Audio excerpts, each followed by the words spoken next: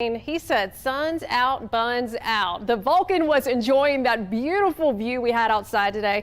I actually almost slammed on my brakes driving into work today because I saw that view. I'm like, you know what? I need to snap a photo of this and we can show it on Weather Extra tonight. It was absolutely gorgeous this morning.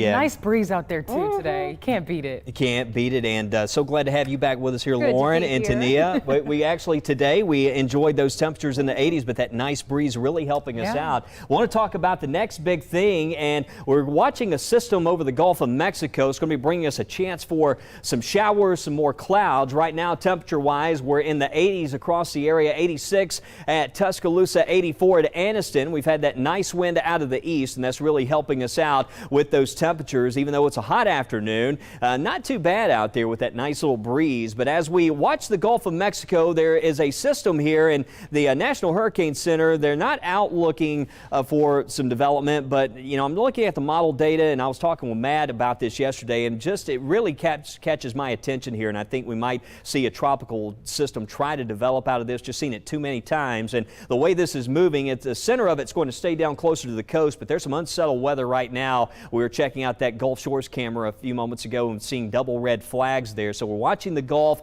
and that system's going to bring us a few showers overnight, and we're going to see a much better chance for some rainfall tomorrow and into Friday, and it looks like now we could see some of that rain across our northern areas. So as we go through tomorrow night, end of the day on Friday, showers building in and some cooler air that will be arriving for this weekend behind that system. Some of that rain may be around Friday evening, so there's a chance for high school football. We could see some impacts as those games kick off. But we're talking about the system in the tropics. I was talking about the Gulf of Mexico, that low pressure system. Well, we're watching that system, other features out over the Atlantic basin, and right now what we want to do is check back in with meteorologist Lauren Linehan. More specifics, Lauren, on that system that we're watching off the Gulf Coast and also out over the Atlantic. Yeah, Wes, that's right. We're keeping a close eye on the tropics. We actually want to pull up one of our Max computers here in the studio, and that will show you the full scope of what we're monitoring in the Atlantic Basin. So even though technically all of these areas we're monitoring, it's technically a low chance of development, it is the peak of hurricane season. So to see these little disturbances scattered throughout the Atlantic Ocean into the Gulf of Mexico and Caribbean, that isn't unusual. Honestly, what is more unusual is that they all have a low chance of development. But we're going to continue to investigate why this is the case. So be sure you stay tuned to Weather Extra here in the next couple of nights as we take a deeper dive into the tropics. Right now, though, we'll kind of go over the basics. We have two areas we're watching out in the middle of the Atlantic. These are just past the Cape Verde Islands and getting a little closer to the Lesser Antilles. So we have two disturbances right here, and you'll see for the next 7 days, really a low chance of development, not seeing much. The conditions just aren't favorable as they move westward. But then, as Wes was mentioning, we have some additional areas we're watching a little closer to home here in the southeast. We have one disturbance that is off of the Atlantic coast. It's kind of been spinning, looks a little bit more impressive on satellite today, but still has a low chance of development. This one we're watching in the Caribbean is not the area Wes was mentioning. This is one that is out in the Caribbean that is, as it begins to drift towards the Yucatan Peninsula over the next several days, it could move to an environment once it eventually gets into the Bay of Campeche that we could see some development next week, but that's not a guarantee. So really the one we're honed in on right now, even though the National Hurricane Center hasn't put it as an official area we're watching, here on the First Alert Weather Team, we're certainly going to be watching it. So we'll see as we go forward in time here in the days ahead if we do actually see something develop. We'll be keeping a close eye on things. But hey, September is more than just the peak of hurricane season. It's also when we get excited about just the fact that it's pumpkin spice season, right? So we check in now with meteorologist Matt Daniel to tell us more about the season ahead.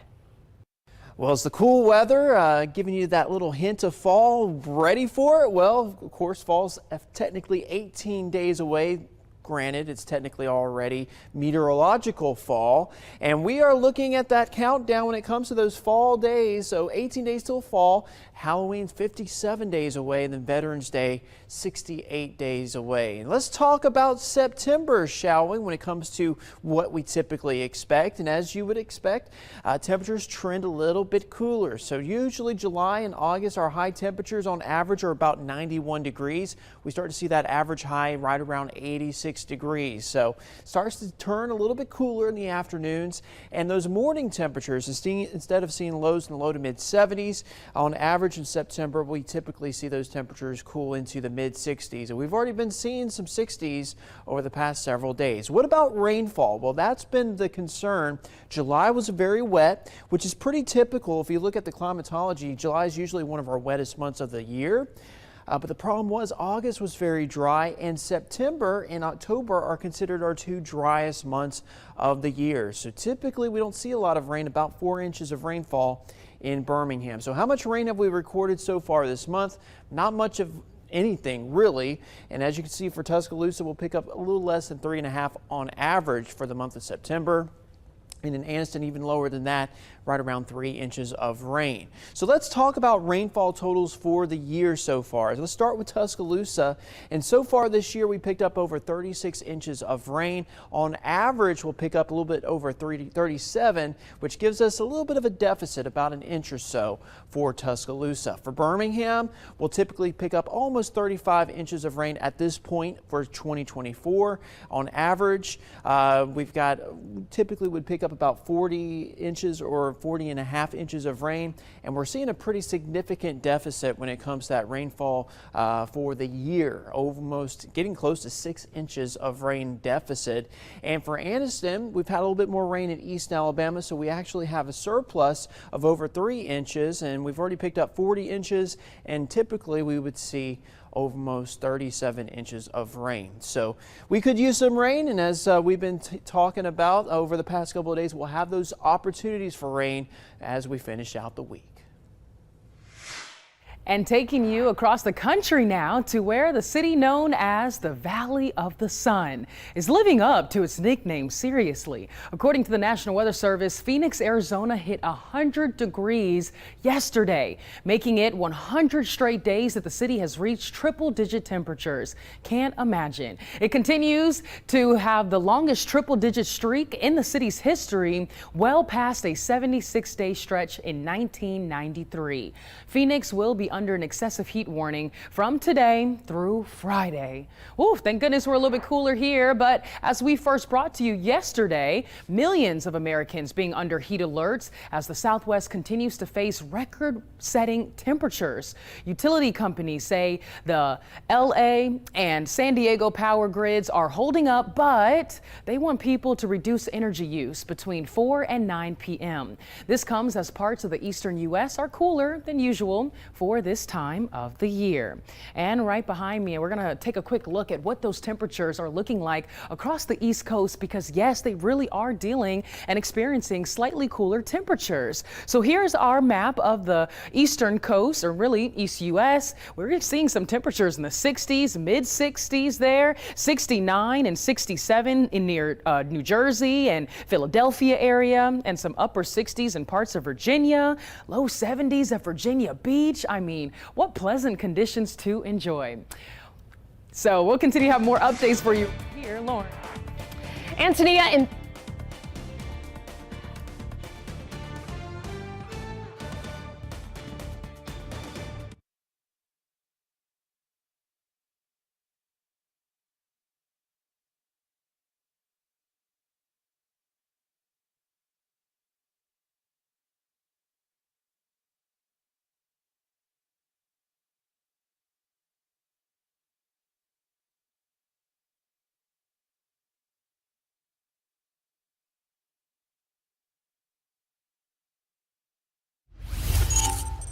All right, as Tania was mentioning a few moments ago, we were talking about some of that cooler weather along the East Coast. That's the reason why it's been so cool over East Alabama. We've had the wedge effect, some of that cooler air sliding down the slopes of the Appalachians and into our state, and it's kept us dry today, but we got some rain coming back. And as we go into Friday, notice we will have a chance for some showers into Friday evenings that could impact sideline. A lot of folks have asked me about high school football Friday night, and I think some of that rain could be around for the first part of the game, but the rain showers will be moving moving out. We're going to have some dry weather coming back just in time for the weekend, and talk about a nice Saturday coming up. Low 80s, clearing with sunshine coming back, and temperatures Saturday evening with that north wind. It's going to feel very comfortable out there if you're heading to the college games. Looks like lows down into the 50s early on Sunday. And we'll talk more about your weekend. The long range forecast, we take you beyond this 7-day. That's coming up. Lauren?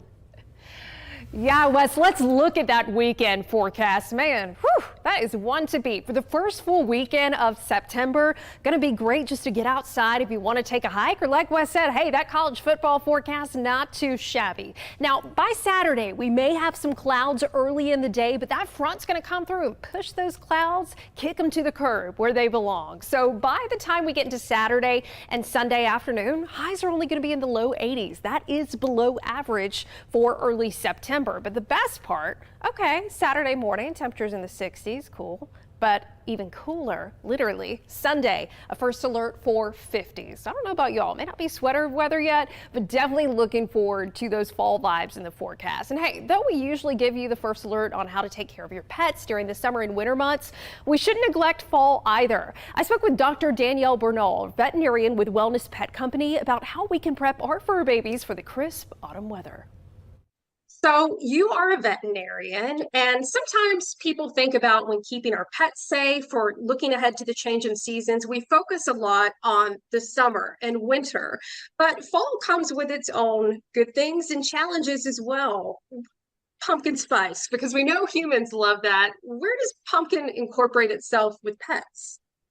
We see lots of parents most definitely wanting to top their dog or cat's food, especially during the fall season, with a little steamed pumpkin. Now, it is a great source of nutrition when it comes to nutrients like vitamin A, vitamin C, phosphorus. It's also a great source of fiber. So putting a little bit on top can help keep them regular and give them that boost of nutrition.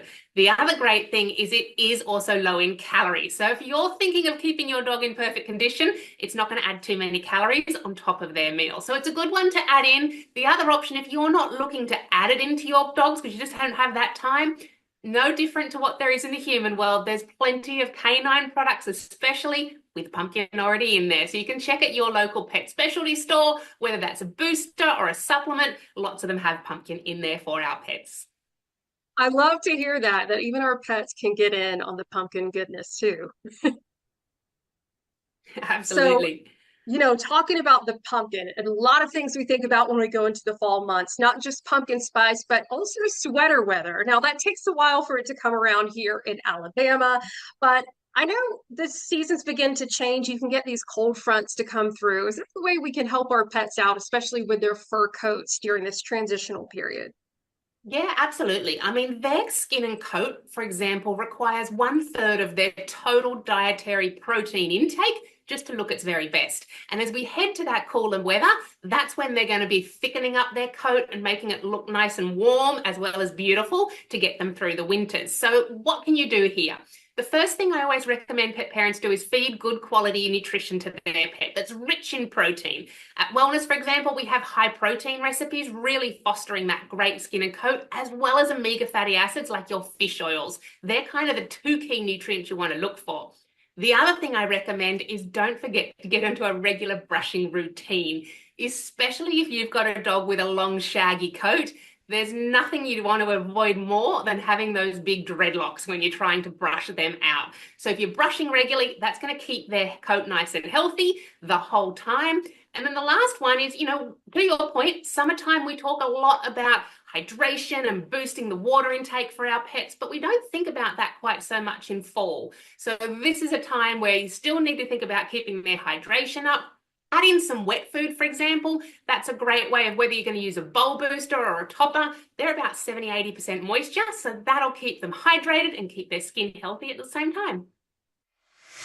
Wow, such great tips there. But check this out. Beyond the atmosphere, an asteroid was supposed to hit Earth's atmosphere earlier this afternoon, but but thankfully will not cause any real danger. According to the European Space Agency, the asteroid is about 3 feet in size. It's expected to strike over the Philippines near Luzon Island. The space agency says the object is harmless and is small enough to burn up when it hits Earth's atmosphere. Thank goodness. People in the area may be able to see a little fireball, but clouds from a nearby storm could make that a little difficult. Well, still ahead, we continue to talk about your weekend forecast, and we're going to take you into the classroom as we teach students about the wonders of weather. Stay tuned. You're watching First Alert Weather Extra.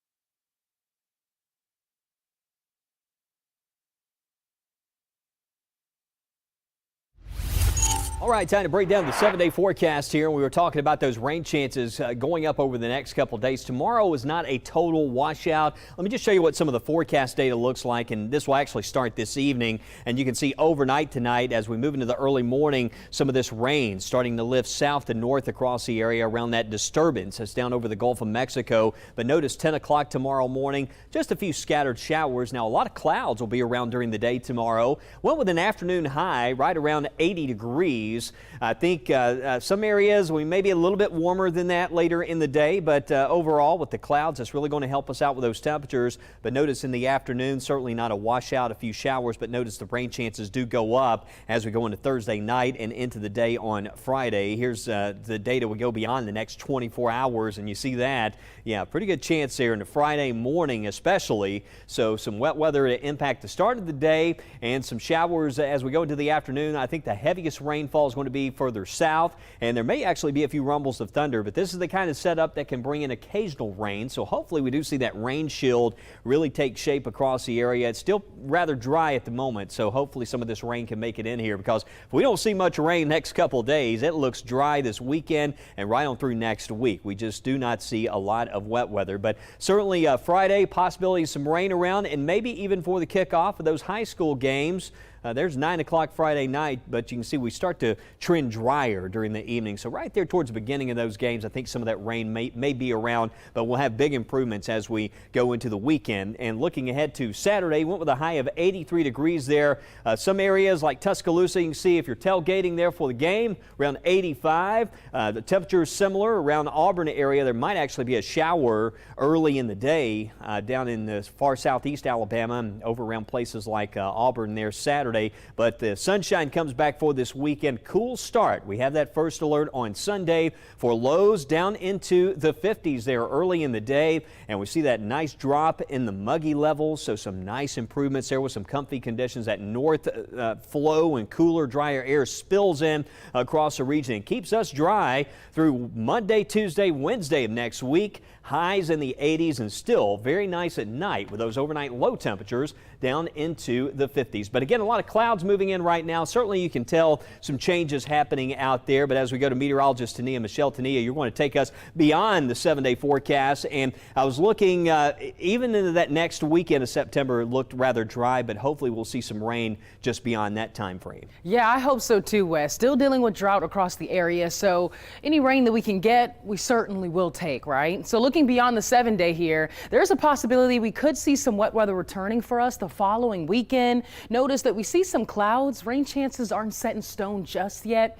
But another big thing that's happening beyond the 7-day is that temperatures are slightly warming up. We could see highs back into the mid to upper 80s, not sold on low 90s just yet, but slightly warmer, especially warmer than what we're experiencing the end of this week and for this weekend. So giving you that first alert as we look 14 days out from now, not seeing a whole lot of wet weather in the days ahead. Hopefully, cross our fingers, a little bit of rain throughout that following weekend. There are some hints that there could be a few showers around, but otherwise looking dry, partly cloudy skies. Temps again, like I said, as we look closer to 14 days out, topping out back into the mid to upper 80s. But hey, still looking like fall weather to me. We're getting away from those low 90s and even 90s in general, so seeing less and less as far as those hot conditions, and I'm not mad at it. But today I also wasn't mad. It was a great day.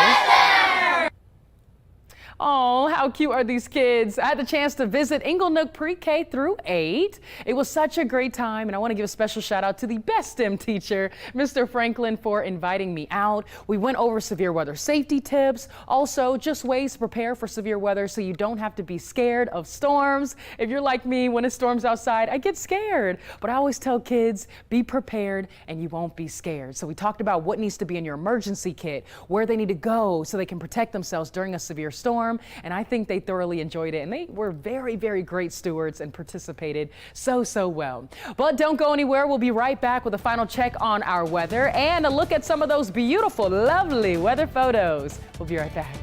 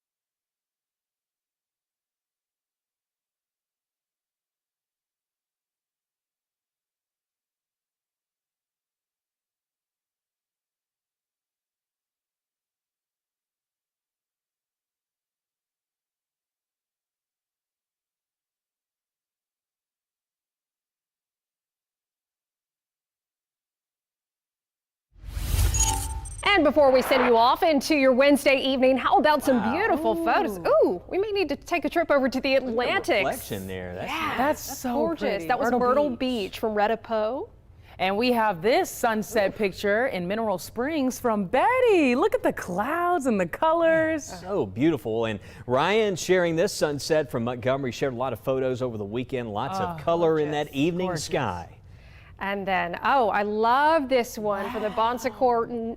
I think that's the Wildlife Refuge in Alabama. Absolutely beautiful from Norma Man, Bryan. that needs to go in a photo, in a frame right there. Right? For real. And Becky Miller, Inland Lake, sharing this lovely photo, and a lot of puffy clouds out there, some fair weather clouds, and Yes. a lot of clouds moving in right now. Yeah, They are. Really are. Another cloudy day tomorrow. Yeah, that's going to help us out with those temperatures, and of course we're going to be watching the Gulf and Yes. that system there. Hopefully we got some rain next couple of days to settle this dust, and I'm still getting dust out of my hair because I mowed the lawn yesterday. It was awful, but I saw it too. Yeah.